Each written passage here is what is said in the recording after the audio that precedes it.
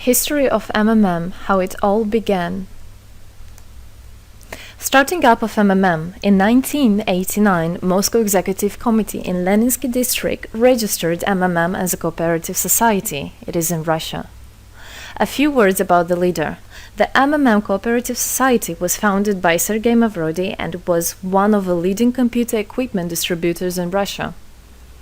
Sergei Mavrodi, having a degree in maths, worked as a programmer and took part in the development of the first operating systems.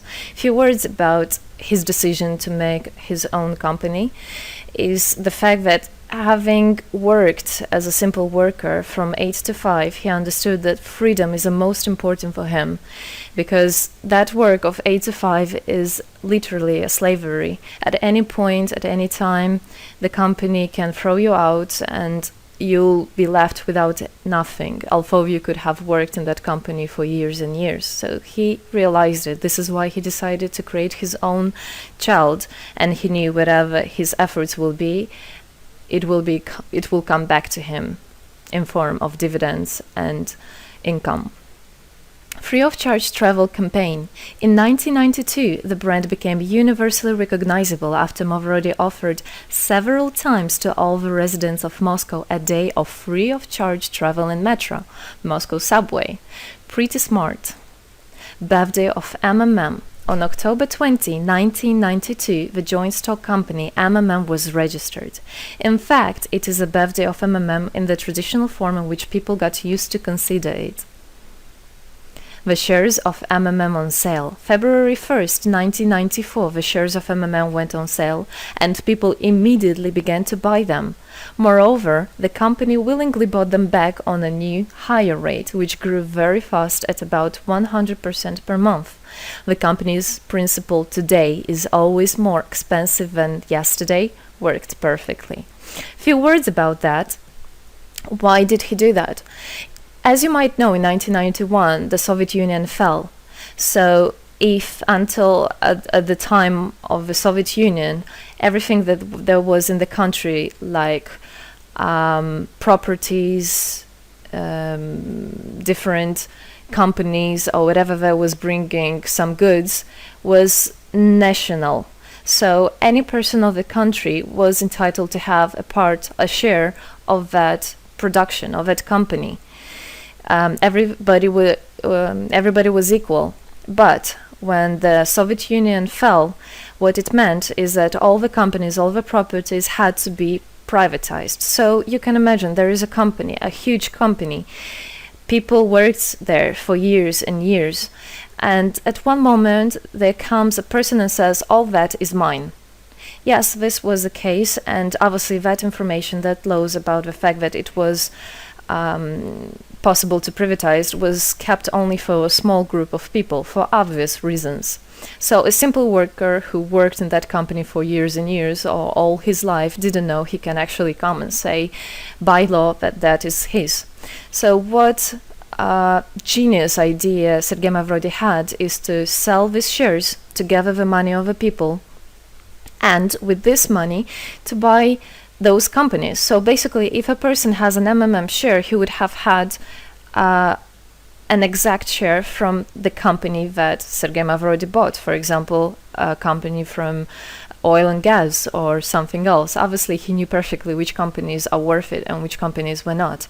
There was quite a battle there. So as you can see, his idea was great, but let's see what happens. Government is trying to hinder MMM's activities. Surprise, surprise! Planned by the Russian government, MMM 94 was intentionally collapsed. It began when tax inspectors accompanied by OMON officers passed through the crowd of depositors and went inside the central office of the company to give a notice about the planned tax inspection. Right. So obviously, the small group of people that I was talking about is the government people, is the people that have connections and so on. And they wanted, obviously, all that money, all those properties to be kept in their hands.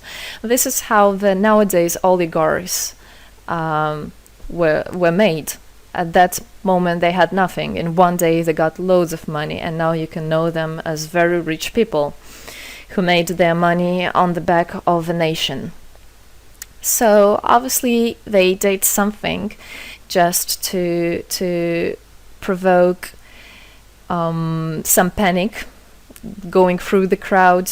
Obviously, for any financial institution, a panic is really bad. As I remind you, at that time, MMM was selling shares, was a share stock company, let's say. Mavrody's arrest. Sergei Mavrody was arrested on tax evasion charge. Really lame excuse. It wasn't at all like that. What happened, even the person that was in charge with giving the arrest, he told him that there was no other option for them. They had to do something, even though it was illegal what they were doing, but they had to do it as they were afraid of him. Because, as he said, another 2-3 months and in whole Russia there would be no government, no banks, nobody, only Sergei Mavrody. You know, that who holds the money nowadays, this is in charge. So he was arrested, and his arrest was broadcasted live on all TV channels, obviously to show off more, to show people how bad he is, and actually the government didn't do anything wrong.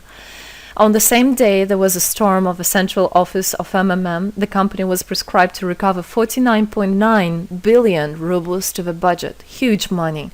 The question about the money in MMM 94 is open, as no one still can give an answer where it is. The authorities simply turned a blind eye to it, although hundreds of eyewitnesses are ready to confirm, even under oath in court, that they saw 17 trucks take out cash through the back door. So unfortunately, at that time, there was no internet, no bitcoins, no other internet wallets, and all the money were obviously kept in cash in the MMM offices. And the government took advantage of it. They just came, took it out, and then they said nothing. Moreover, they didn't say where the money went. They even made the way to make people believe that Sergei Mavrody was the one who took all those 17 trucks of money and disappeared. But obviously it wasn't the case. It was a simply lame excuse. Demonstrations against state authorities. August 1994. Thousands of MMM depositors affected by the artificial collapse of the pyramid protested and demanded to set Mavrody free. Actually, Mavrody could have used his powers and do huge, bigger protests, but he decided not to do that, as that would made as obvious a different protests of this type. It could be people injured or even killed, so he decided not to use people in this purpose. It was very noble from him to do that. MMM leader became a deputy. However, he found a way to get out of the prison. Being imprisoned, Sergei Mavrody had managed to register as a candidate for a deputy of the State Duma and was released from prison. He won the elections by a landslide and became the deputy of the State Duma of the first convocation. So, as a deputy in Russia, they have privileges. This is why, becoming a deputy, he was set free. The State Duma is against Mavrody. Surprise, surprise! The State Duma deputies deprived Sergei Mavrody of his deputy plenary powers due to his permanent absence at the Duma's meetings. That incident was the only one in New Russia's history. Sergei Mavrody wasn't interested at all in politics. It's not he hates politics, as he said it many times. So he became a deputy only for the reason to get out of a prison. That's it. He wasn't interested to go to at their meetings, as he himself considered as well the people there as being quite silly and not worthy to spend time with. But this was another lame excuse for them to deprive him by saying that he is absent. A candidate for presidency. The Central Election Commission registered the authorized representatives of the initiative group that had nominated Mavrody as a candidate for the president of Russia, but subsequently rejected a significant part of the signatures in the support of a candidate, and his registration was renounced. So, for obvious reasons, they did that again. They weren't interested into having a fair president, a fair leader on top of their head. Revival of MMM, January 2011. Sergei Mavrody renounced launching a new launching a new project of MMM 2011, Together We Change the World. Previously, there were simply no analogues of similar systems in the world. The film about MMM, the launch of a project fell in the same time interval with the release of Russian film about MMM Pyramid, the plot of which is based on the eponymous book in which the history of MMM is disclosed by Sergei Mavrodi. So he wrote a book, and there is a movie which I highly recommend you to watch. You can find it online on YouTube. MMM is building a new, fair financial order. June 2012, the activity of MMM made a lot of banks collapse and a huge outflow of funds from deposit accounts happened. The system numbered more than 35 million members at the time. For obvious reasons, the fight against the system started. It suffered the same fate as MMM 94, eventually collapsed. So what happened? A lot of banks, as I already said, had a huge outflow, and another minus of the system of that time was that it wasn't really quite a community, because the money was still kept by the managers in MMM. So it wasn't the same idea as it is now, comparing it now, where people exchange money between themselves. You don't need to put it in a central account. At that time, there were central accounts, and it was again used by the banks. They simply blocked those accounts that they identified as being of MMM and took all the money away, and that's it. There were no other discussion about that. Again, huge loss of money. People lost a lot of money. Sergei Mavrodi didn't get all of them. It was again the banks that took the advantage of it. MMM 2012 is just the beginning. I'll be back. Sergei Mavrodi announced the launch of a completely new MMM, World Mutual Aid Fund, MMM community. It speeded up since the first day, showing crazy dynamics on new members' registration. It has been decided to send 10% of the whole turnover on payments to the affected members of MMM 2011. So again, another genius idea. In order not to make central accounts, in order not to gather the money somewhere, now the money are spread directly between participant itself. You can just check in your account online whom you should transfer the money to. So MMM now is connecting all the people between themselves and exchange, so they can exchange the money and get benefits of it. It's amazing and it's crazy, but it is true. MMM is growing. Some short facts. 2012, MMM started its development in India. It had great, huge developments. 2012-2013, following India, MMM Bangladesh was launched as well. 2013, MMM Indonesia was launched. 2014, MMM Hong Kong. And it's not the end. MMM Global, 2014. MMM Global started up in the spring 2014.